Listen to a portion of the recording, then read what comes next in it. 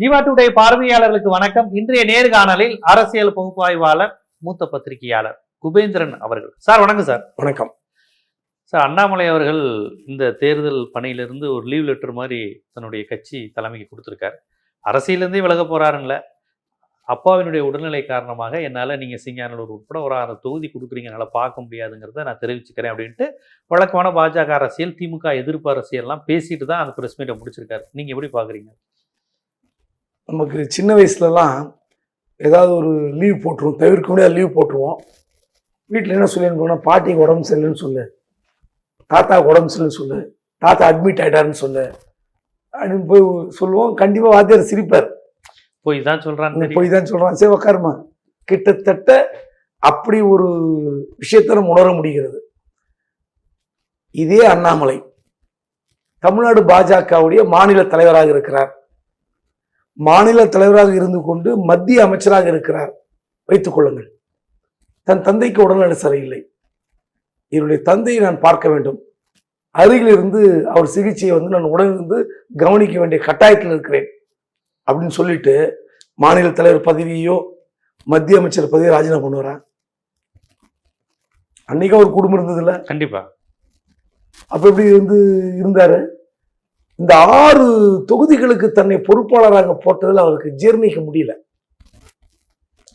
அதுல மத்திய அமைச்சர் எல்முருகன் இருக்கிறார், 2 மாநிலங்களுக்கு ஆளுநராக இருந்த தமிழிசை சவுந்தரராஜன் இருக்கிறார், முன்னாள் மத்திய அமைச்சர் பொன் ராதாகிருஷ்ணன் இருக்கிறார்.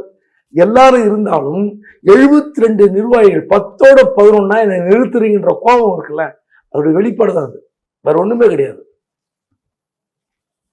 இவருக்கு அவங்க அப்பா பார்த்துக்கிறது அவங்க அக்கா இருக்கிறாங்க, அவங்க அக்கா தான் உடனிருந்து சேவை செய்வதாக நமக்கு தகவல்.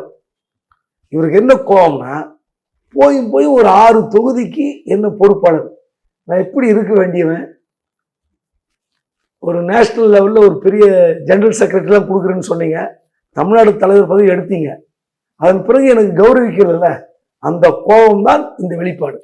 ஓ, அப்படிதான் பாக்குறீங்க. வேற என்ன நைனா நாகேந்திரன், எடப்பாடி இவங்க கூட்டணியில ஒரு ஜெல்லாகிலாம் செயல்படலையா?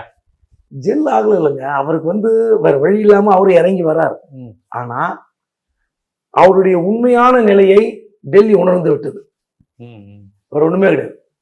இவர் என்ன தைரியத்துவம் போடுறாரு எல்லாத்தையும் பாக்குறாங்க. ஒரு திமுகவை சீண்டி விட்டு திமுகவுடன் நெருக்கமான தொடர்பு இருந்தார் என்ற குற்றச்சாட்டு தான் அந்த கட்சியில் எழுந்தது. ஓ, திமுக தொடர்பு இருந்தாருன்னா அப்படிப்பட்ட குற்றச்சாட்டு அவருக்கு எதிராக வச்சாங்க. அவர் ஒண்ணுமே இல்லாம சொத்து வாங்கினாரு, நிலத்தை வாங்கி குவிச்சாரு, அவங்க மச்சானுக்கு செங்கல் சூளை வச்சாரு, இதெல்லாம் ஒரு பக்கம்.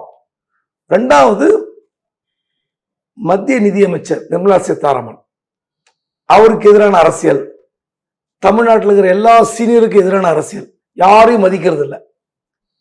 அதாவது தமிழ்நாடு பாஜகவையே அண்ணாமலை தான் காப்பாற்றுகிறார் அந்த எண்ணத்திலேயே அவர் செயல்பட்டார். அவருடைய விளைவு யாரையும் மதிக்கிறது இல்லை.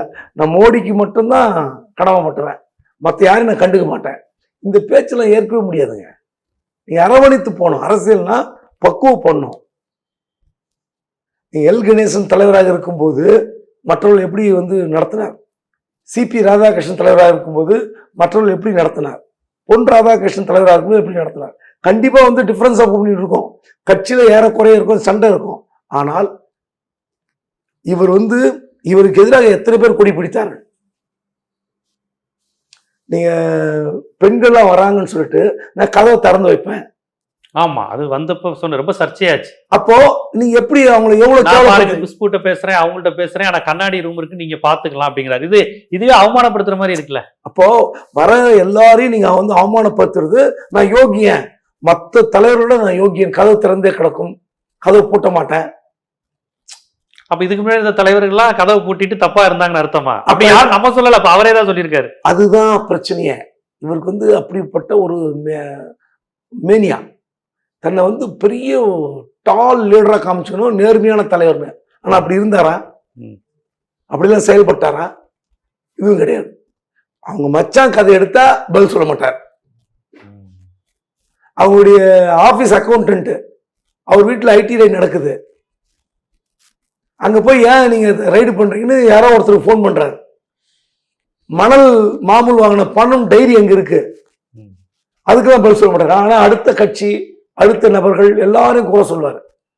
அதாவது குறுகிய காலத்தில் நல்ல வளமா சம்பாதித்து கொண்டு இருந்தது மத்திய தலைமை கண்டுபிடித்து விட்டது. அவருடைய விளைவு தான் அவருடைய சரிவு. ஆனாலும் தனக்கு ஒரு பெரிய கூட்டத்தை வச்சிருக்கார், ஃபாலோவர்ஸ் கூட்டம் வச்சிருக்கார். அதை வைத்து மீண்டும் மிரட்டுகிறார். ஏன்னா நீங்க ஒதுக்குனீங்கன்னா ஒரு பெரிய ஷேக் ஆகும், செட்பேக் ஆகும். பாருங்க, இப்போ இவர் பேட்டி கொடுத்த பிறகு மொத்த பொறுப்பாளர் மாற்ற போறாங்க. எனக்கு கிடைத்த தகவல் 72 பொறுப்பாளர்களையும் நீக்கிவிட்டு புதிய ஒரு அறிவிப்பு. அவர்களா அண்ணாமலை ஆதரவாளர்களா வேற லாபி? இவர் சொன்னதால 6 தொகுதிக்கு ஒரு பொறுப்பாளர் போட்டாங்கல்ல, இவர் பண்ண குழப்பத்தால் இது ஒரு பெரிய சர்ச்சையாகி எல்லாமே மாற்ற போறாங்க. இப்ப அண்ணாமலை அப்ப இந்த முறை கொங்கு பகுதியில அதிமுக பாஜக கூட்டணிக்கு வேலை பார்க்க மாட்டார். வேலை பார்ப்பாரு. அவர் கேண்டிடேட்டை கூட அறிவிச்சா வேலை பார்க்காம இருப்பாரா? பிரச்சாரமும் பண்ணணும், கேண்டிடேட்டும் இருப்பாரு, எல்லாம் பண்ணுவாரு. அவருக்கு என்னை அவமானப்படுத்துறத நான் ஏத்துக்க மாட்டேன். 6 தொகுதியா 100 தொகுதி கொடுத்தா போயிருப்பாரா? 100 தொகுதியின் பொறுப்பாளராக அண்ணாமலை நியமனம் போயிருக்க மாட்டார். அவருடைய இயல்பு அது. நான் பெரிய ஆளுங்க, நான் எவ்வளவு பெரிய ஆளு, இந்த கட்சியை காப்பாற்ற வந்திருக்கிறேன். மோடிக்கு அடுத்தபடியாக அகில இந்திய அளவில் பாஜக காப்பாற்ற போகிற தலைவர்கள் எழுதிட்டு இருந்தாங்க கீழே. நீங்க மோடிக்கு அடுத்த அண்ணாமலை, அவருக்கு இருக்கிற வார் ரூம். அப்படிப்பட்ட நபர். அவர் எத்தனை பேர் கட்சியில் சேர்த்தாரு, எத்தனை பேர் வெளியே தள்ளினாருன்னு வேற. கட்சியை எப்படி நடத்தணும், தனக்கு கீழே எப்படி அரவணைக்கணும், அந்த எண்ணமே கிடையாது. இல்ல இப்ப கட்சி இவரை ஒதுக்கணும், தனிமைப்படுத்தணும்னு நினைக்குதா? இவர் கட்சியை பழி வாங்குவதற்கு நான் உங்களுக்கு ஒத்துழைக்க மாட்டேன்னு சொல்றாரா? எது முதல்ல நடந்தது, என்ன நடந்துகிட்டு? கட்சி இவர் ஒதுக்கணும்னு நினைக்கிறத விட கட்சியிலிருந்து வெளியேற்றக்கூடாது. இவர் கட்சியில் இருந்து கொண்டே இவருடைய புகழ் குறையணும். இதுதான் மத்திய பாஜக நினைக்கிறது. Okay okay okay. இவர் வெளியே விட்டா ஒரு கட்சி தொடங்குவார். ஒரு கட்சி தொடங்கி சாதிப்பாரா சாதிக்க மாட்டாரா என்பது வேறு. ஆனா ஏதோ ஒரு குடைச்சல் கொடுப்பாரு. ஏன்னா ஒரு பெரிய பாலிஸ் டீம் வெளியே போவோம். இப்போ 1,00,000 பேர் வெளியே போனான்னு வச்சுக்கோங்க, ஒரு கொத்தா வெளியே போனாங்கன்னா அது பாஜக கசிங்கல்ல. ஸோ இப்படிப்பட்ட சூழல்ல கட்சிக்குள்ளே வைத்துக்கொண்டு நீ கட்சிக்குள்ளே இருக்கணும், நீ கட்சி விட்டு வெளியே போகலாம். இதான் பாஜக ஸ்ட்ராட்டஜி. Okay okay okay. நீங்க பாஜகவில் சில பேர் ஏகப்பட்ட குற்றச்சாட்டில் சிக்கியிருப்பார்கள். அவர்களை வலிந்து பாஜக தலைமை வெளியேற்றதே கிடையாது. அப்படியே சைலண்ட் பண்ணிடுவாங்க. நீங்க தமிழ்நாட்டில் எத்தனையோ பொறுப்பாளர்கள் பார்த்திருப்பீங்க, அகில இந்திய அளவில் இருந்து பொறுப்பாளர்கள். அவங்களாம் எங்க இருக்காங்க? பல பொறுப்பாளர்கள் காணாம போயிருக்காங்க. என்னன்னா சைலண்ட் பண்றது, அவ்வளவுதான். அப்படிதான் அண்ணாமலைக்கு நடக்குமே தவிர அண்ணாமலை கட்சி விட்டு நீக்கம் பாஜக ஒரு காலம் பண்ண இல்ல. பாஜக நீங்க சொல்ற அந்த யுக்தி எனக்கு புரியுது. தனது கட்சியினுடைய அடையாளமாக இருந்த RSS கருத்தியலோடு நெருக்கமாக இருந்த ஒரு மூத்த தலைவர், பாஜக தலைவர், அவரை அந்தரங்கமா போட்டு அவமானப்படுத்தினார் இவர். அவருடைய கட்சி பணியோட பார்க்கும்போது அண்ணாமலை எல்லாம் ஜூனியர் தான். அவர் சங்கரமடத்தோட நெருக்கமானவர். அவர், நிர்மலா சீதாராமன், அவங்களாம் சங்கரமடத்தோட அவரையே காலி செஞ்சாங்க. அவங்களாம் டெல்லி லாபி, பிராமின் லாபி உள்ளவங்க. ஒரு பிராமின் ஜனதா பார்ட்டின்னு பேசக்கூடிய ஒரு கட்சியில அந்த அளவுக்கு பிராமின் லாபி, சங்கரமடத்தும் தொடர்புடைய அவரையே அவமானப்படுத்தினாரு அண்ணாமலை. அப்ப கூட டெல்லி தலைமை அண்ணாமலை பக்கம் தான் நின்றுச்சு. இப்ப என்ன திடீர்னு அண்ணாமலை மீது உங்களுக்கு கோவம் வரப்போகுது? அவங்க கட்சியவே, அந்த கருத்தியலுக்கு சொந்தக்காரரையே ஒரு ஆட்டி படைக்கும் போதே வேடிக்கை பார்த்த பாஜக இப்போ அவர் மீது அவ்வளவு பெரிய கோவப்படுது அப்படிங்கன்னு எடுத்துக்கலாமா? 2024 அவர் பண்ண மிகப்பெரிய தவறு தான் அவருடைய சரிவுக்கு காரணம். 2024 அதிமுகவுடன் கூட்டணி அமைந்தால் அந்த கூட்டணி வெளியேறதுக்கு காரணம் யாரு? அண்ணாமலை. டைம்ஸ் ஆஃப் இந்தியா என்ன பேட்டி கொடுத்தார்? ஜெயலலிதா ஒரு ஊழல்வாதி. அதுக்கு பிறகு நடந்த சம்பவங்கள் நமக்கு தெரியும். எடப்பாடி எவ்வளவு மோசம் விமர்சித்தார். எடப்பாடி எதிர்கட்சி கூட விமர்சிக்காத அளவுக்கு யாரு? திமுக தான் கடுமையாக விமர்சிக்கணும் எடப்பாடிய. அவர் சிலுவம்பாளையம் தற்கூரி, வார்த்தைக்கு முன்னோடி அண்ணாமலை தான் அரசியல் பயன்படுத்துறார். அப்படிப்பட்ட மோசமான வார்த்தையை பயன்படுத்தி அந்த கூட்டணி உடைத்தார். ஒருவேளை பாஜக அதிமுக கூட்டணி இருந்திருந்தா ஒரு 10 சீட்டு 12 சீட்டு ஜெயிச்சிருக்கும். 240 மேற்கு மண்டலத்திலேயாவது வந்திருக்கும். ஆனா இவர் பேசின பேச்சு தென் மாவட்டத்துல திமுக இருக்காது, அதிமுக இருக்காது, திராவிட கட்சிகள் காணாமல் போய்விடும், எவ்வளவு ஜெயிக்கிறோம் பாருங்க, என்னென்ன பேச்சு, ஐயோ தாங்க முடியாது. இதே மாதிரி விஜய் பேசிட்டு இருக்காரு. எப்படி ஒரு அண்ணாமலை கட்டமைத்ததில்ல, அடிச்சு தூக்கிடுவோம், மொத்தம் காலி, திமுக எம்பியை ஜெயிக்க முடியாது. அதே மாதிரிதான் விஜய்.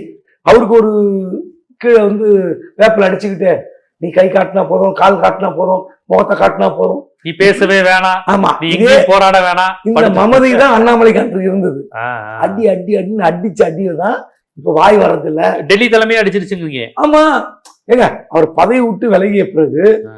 கிட்டத்தட்ட ஒரு வருஷம் போகுது. ஆ. பதவி விட்டு விலகிய பிறகு அவருக்கு ஒரு தேசிய பதவி கிடைக்கும்னாங்க. ஆமா, அப்படிதான் சொன்னாங்க. இதுவரைக்கும் கிடைக்கல. ஆ. அப்புறம் 2 மாநில பொறுப்பாளர் கிடைக்க போகிறது, வட மாநிலங்கள் பொறுப்பாளராக போகிறார். ம். அண்ணாமலைக்கு மிகப்பெரிய பதவி கிடைக்க போகிறது, மத்திய அமைச்சர்லாம் கன்ஃபார்ம் மத்திய இணையமைச்சர் பதவி கிடைக்க போகிறது, போன வாரம் சொல்லிட்டு இருந்தாங்க. அப்ப என்ன அர்த்தம்? ஏன் உடனுக்குடன் அவருக்கு மரியாதை செய்யல, கௌரவம் செய்யல? அப்போ அவர் பத்தின ஏதோ முழு டாக்குமெண்ட் டெல்லிக்கு கிடைச்சிருக்கு. Okay okay okay. பக்கா டாக்குமெண்ட். இல்ல அவர் கட்சியில காயத்ரி ரகுராம், எச் ராஜா, எஸ்வி சேகர்னு ஒரு பெரிய அந்த பிராமின் லாபி தலைவர்களை எல்லாம் ஒதுக்குனாங்க. இவரால இது பண்ணாங்க. அப்ப கூட கோவப்படலையே பாஜக. இதுலதான் கோவப்பட்டுருச்சான்னு கேக்குறேன். இல்ல, அதாவது அதிமுகக்கும் பாஜகவுக்கும் இருந்த உறவை சிதைத்தது அண்ணாமலை. அதுதான் டென்ஷன் ஆச்சு. அதான் மெயின் ரீசன். ரெண்டாவது, இங்க ஓவர் நாய்ஸ், கூட்டணி பத்தின ஓவர் நாய்ஸ். இவரால் மட்டுமே பாஜக வந்து பிழைத்திருக்கிறது, இவர் இல்லை என்றால் பாஜக வந்து பிழைக்கவே பிழைக்காதுன்ற மாதிரி ஒரு பிம்பம். நீங்க இதே குருமூர்த்தி என்ன சொன்னாரு துக்ளக் விழாட, அண்ணாமலை இருந்திருந்தால் ரஜினி கட்சி ஆரம்பித்தால் அண்ணாமலை தான் முதலமைச்சர். இப்படி பேசல. நல்ல வேளை ரஜினி கட்சி ஆரம்பிக்கல. தமிழ்நாடு நிலைமை பார்த்து யோசித்து பாருங்க. இவர் மாதிரி ஆள்கிட்ட சிக்கிந்தானே இருக்கும். எடுத்தேன் கவிழ்த்தேன் என்ற பாணி எப்போதும் அரசியலுக்கு உதவாது. அந்த பாணியில அண்ணாமலை பயணித்தார். இன்னைக்கு அவரே கூனி குறுகி அவமானப்பட்டு நிற்கிறார். வேற ஒண்ணும் கிடையாது. அந்த கர்நாடகா ஒருத்தர் தான் இவருடைய சீடர் நாங்களே, சந்தோஷ். இப்ப இவருக்கு ஆதரவா இல்லையா, இல்ல அவரே கட்சி தலைமையில இருந்து அவர் நெருக்கமா இல்லையா? டெல்லியில பிரைம் மினிஸ்டர் ஆபீஸ்ல யாரோ இவரோட பேட்ச்மெட், ஓகே, இல்ல யாரோ சீனியர் அதிகாரி வைத்துக் கொண்டு தன்னை பத்தி பயங்கரமா ப்ரொஜெக்ட் பண்ணிட்டு இருந்தார். அதெல்லாம் உண்மைதான். ஆனா இன்று மத்திய நிதியமைச்சர் நிர்மலா சீதாராமனுடைய மருமகன் பிரைம் மினிஸ்டர் ஆபீஸ்ல இருக்கார். Okay okay okay. சோ இவருடைய பருப்பு அங்க வேகாது. பிஎல் சந்தோஷ் என்ன ப்ரொமோட் பண்ணாலும் பிஎல் சந்தோஷ் வந்து இவர் வந்து விடக்கூடாது, பாஜக விடாது. ஏன்னா அண்ணாமலை பற்றி அத்தனை விவகாரங்களும் அவங்களுடைய யார் நம்ம சொல்ல தேவையில்ல, மீடியா சொல்ல தேவையில்ல. அவங்க தெரிஞ்சு பாஜக சென்னையில இருக்கிறவங்களே எடுத்து கொடுத்துட்டாங்க. அவர் எப்படி சொத்து சேர்த்தாரு, அவங்க மச்சான் யாரு, எப்படி செங்கல் சூளை வாங்கினாரு, நீ எப்படி தமிழ்நாட்டில் ஹையஸ்ட், தென் மாவட்டத்தில் ஹையஸ்ட் செங்கல் சூளை பிசினஸ்ல எவ்வளவு பணம் எல்லாம் தெரியும். அதோ உத்தம சீலர் மாதிரி மனித புனிதர் மாதிரிலாம் ஆக்டிங் கொடுத்தெல்லாம் நடக்கல. அதனால அண்ணாமலைக்கு என்னன்னா அவர் நிறைய ஃபால்ஸ் ப்ராமிஸ் கொடுத்தாரு. இப்ப பாருங்க, சரத்குமார் வந்து அவர் நம்பிதான் கட்சியை கலைச்சிட்டு உள்ள வந்தார். அண்ணாமலை தலைவராக இருக்கும்போது தான் சரத்குமார் தனது கட்சியை கலைத்து விட்டு பாஜக இணைத்துக் கொண்டார். அவருக்கு ஒரு பொறுப்பும் கிடைக்கிறது. இன்னைக்கு சரத்குமார் போய் கேட்கிறாரு, இதான் உங்களுக்கு ஸ்கூப் நியூஸ். சரத்குமார் போய் அண்ணாமலை கேட்கிறாரு, நீங்க உங்களை நம்பிதாங்க நான் வந்தேன், கட்சி அனுப்பிச்சேன், எனக்கு பல உதவிகள் செய்வதா சொன்னீங்க, பல பதவிகள் வரும்னு சொன்னீங்க, எதுவுமே வரல. அவருடைய கடன் பிரச்சனை தீர்க்கப்படும், அவர் குறைந்தது ஏதோ ஒரு சின்ன யூனியன் டெரிட்டரிக்கு ஒரு ஆள் கவர்னர் ஆயிடுவாரு. இப்படிலாம் சரத்குமாருக்கு சொல்லப்பட்டதாக செய்திகள், வெளியே வர செய்திகள். சொல்றாரு, நான் தான் தலைவரா இல்லையே, நயனாரை பாருங்கிட்டார். நயனாரை போய் இப்ப சரத்குமார் பார்த்ததாக தகவல். அவர் சொன்னாரு, சார் அண்ணாமலை இருக்கும்போது கொடுத்த வாக்குறுதி எனக்கு தெரியாது, நான் அப்ப தலைவரா இல்லை, எனக்கு எதுவுமே தெரியாது. அவர் யாரை நம்பி வாக்குறுதி கொடுத்தார், அது எப்படி போய் நான் கேட்க முடியும்? அப்ப அவர் கேட்கறது லாஜிக் இருக்குல்ல. ஆமா, அதனால எனக்கு எதுவும் தெரியாது, விட்டுருங்கிட்டார். இன்னைக்கு அண்ணாமலை கட்சியில இணைத்ததெல்லாம் சரத்குமாருக்கு பலன் அளிக்குதா இல்லைன்றது வேற. ஏன்னா இன்னைக்கு தென் மாவட்டத்தில் சமத்துவ மக்கள் கட்சி என்ற அடிப்படையில் சரத்குமார் போனார்னு வச்சுங்க, ஒரு 100 பேர் வருவாங்க.